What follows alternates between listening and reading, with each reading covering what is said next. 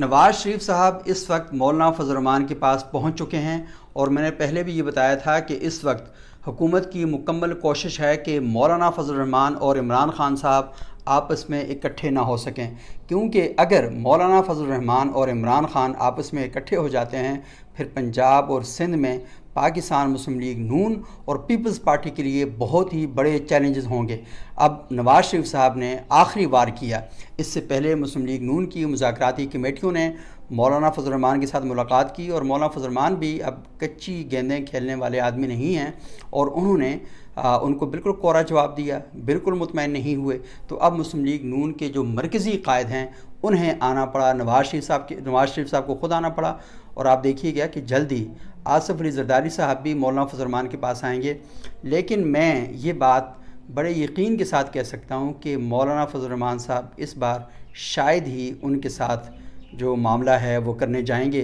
बल्कि मौलाना फजल रहमान साहब अपोजिशन के अंदर ही रहेंगे, क्योंकि मौलाना फजल रहमान साहब और JUI की जो बका है वो इस वक्त अपोजिशन के अंदर रहने में है। अगर हुकूमत का वो हिस्सा बनेंगे तो फिर खैबर पख्तूनख्वा और बलूचिस्तान में JUI बहुत बुरी तरह कमज़ोर हो जाएगी और उसका मुस्तकबिल बिल्कुल